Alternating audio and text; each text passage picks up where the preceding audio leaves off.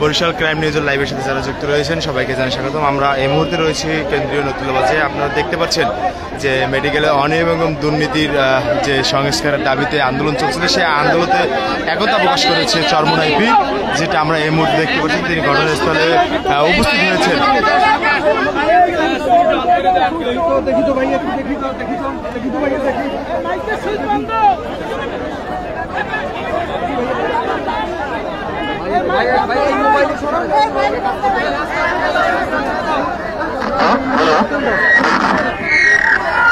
মাইকটা একটু ঘুরাই দেন, পূর্বে একটু ঘুরাই দেন, রিক্সাটা পূর্বে ঘুরাই দেন, অটো রিক্সাটা পূর্বে ঘুরাই দেন, পূর্বে। হ্যাঁ ঠিক আছে, এবার ঠিক আছে।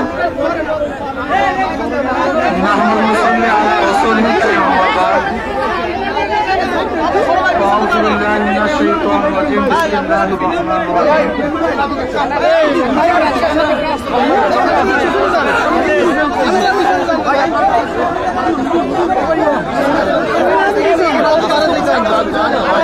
أيام نداولها بين الناس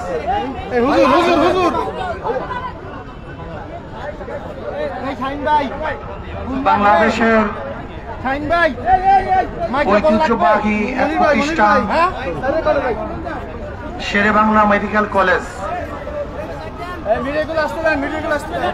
এক সময় যখন ক্লিনিক ছিল না, দক্ষিণ অঞ্চলের মানুষের একমাত্র চিকিৎসার নির্ভরশীল প্রতিষ্ঠান ছিল শেরেবাংলা মেডিকেল কলেজ। এইটা আমাদের ঐতিহ্য, ইতিহাস বহন করে। কিন্তু আজকে মেডিকেল কলেজের অবস্থাটা কি? যেখানে মানুষ চিকিৎসার জন্য যাবে, সেখানে মানুষের চিকিৎসা শুধু কোনো সুব্যবস্থা নেই, পরিবেশ নাই। দোয়া করার চেয়ে মনে হয় যেন পরিবেশ খারাপ, মেশিন নাই, রীতিমতো ডাক্তার নাই, নার্সের অব্যবস্থা, সিন্ডিকেট, এমনকি একজন লাশ নিয়ে বাড়িতে যাওয়ার সময়ও অ্যাম্বুলেন্স পাওয়া যায় না, সিন্ডিকেটের আওতায় চলতে হয়। ভর্তির সময় সিন্ডিকেট, ঔষধ নেওয়ার সময় সিন্ডিকেট, চিকিৎসার সময় সিন্ডিকেট, এক্সরের সময় সিন্ডিকেট, পরীক্ষার সময় সিন্ডিকেট। আমি বর্তমান স্বাস্থ্য উপদেষ্টাকে বলবো, এখানে কেন আন্দোলন করতে হবে, এখানে কেন অবরোধ করতে হবে, এই মানুষের দুর্ভোগ কেন পোহাতে হবে?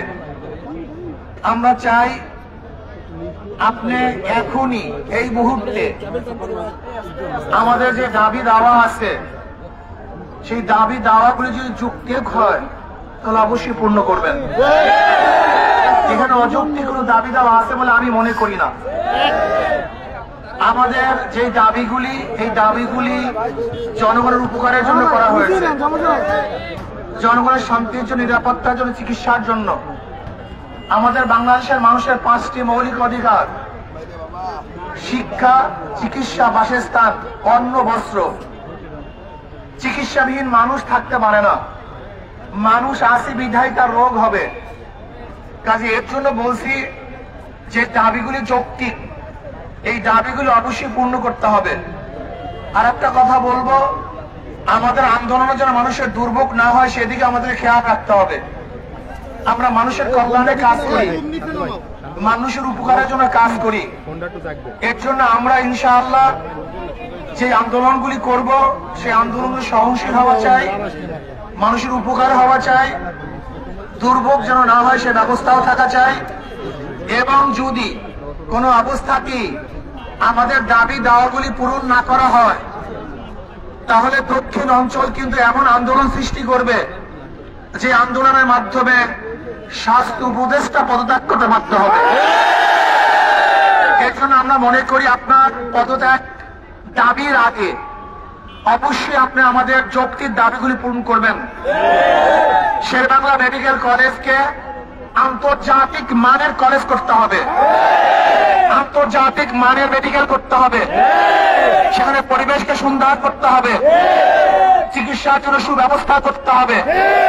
গরিব দুঃখী মেহনত মানুষ, ঋষি কামার কুমার, জেলে তাঁতি মজদুর সবাই যেন, শ্রমিকরা সবাই যেন সুচিকিৎসা পায় সে ব্যবস্থা করতে হবে। আমি বলবো আসুন আমরা সম্মিলিতভাবে আমাদের যৌক্তিক দাবিগুলি পূরণ করার জন্য চেষ্টা করব এবং মানুষের দুর্ভোগ না হয় সেদিকে আমরা খেয়াল রাখবো। আল্লাহ আমাদের সবাইকে বরিশাল মেডিকেল কলেজের সুন্দর পরিবেশ সৃষ্টি করার জন্য এই আন্দোলনের শরিক এবং আমাদের সবাইকে একত্রিত হয়ে আমাদের আন্দোলনের দাবিগুলি আদায় করার তৌফিক দান করেন। আসসালামু আলাইকুম ওয়া রাহমাতুল্লাহি ওয়া বারাকাতুহু। আসসালামু আলাইকুম ওয়া রাহমাতুল্লাহি।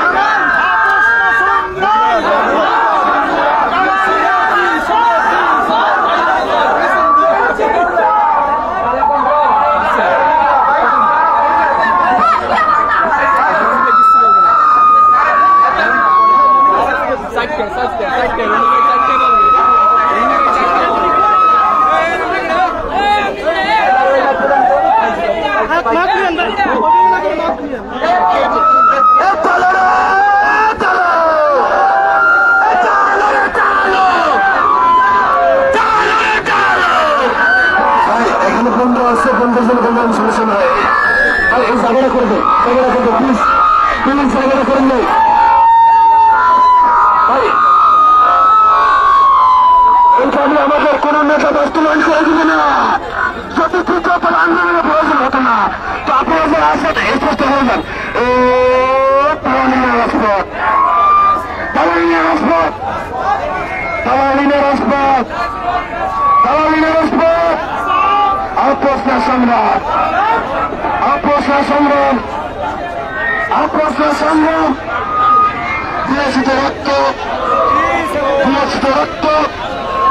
রক্তের বন্যায় বেঁচে যাবে অন্যায়।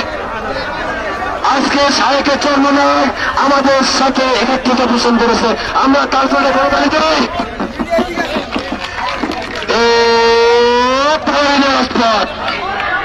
বরিশাল ক্রাইম নিউজের লাইভের সাথে যারা যুক্ত রয়েছেন দেশ এবং দেশের বাইরে থেকে তাদেরকে জানাই অসংখ্য ধন্যবাদ। আমরা এই মুহূর্তে রয়েছি বরিশাল নগরীর কেন্দ্রীয় বাস স্ট্যান্ড নতুল্লা বাজে। ঢাকা বরিশাল মহাসড়ক অবরোধ করে বরিশাল শেরেবাংলা মেডিকেলের অনিয়ম এবং দুর্নীতির যে রয়েছে সেটার সংস্কারের দাবিতেই এই আন্দোলন চলমান রয়েছে।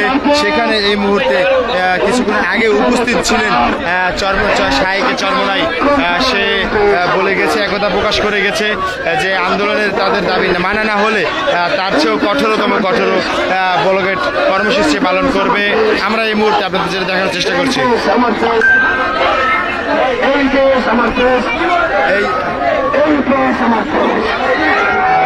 আমরা দেখতে পাচ্ছি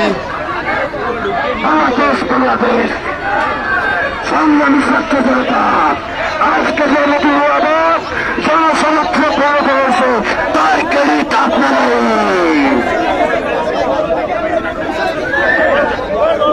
সম্মানিত ছাত্রতা, আজকে আন্দোলনের তত্ত্বহীন হয়ে যাচ্ছে, সরকারের কত নিতেছে না।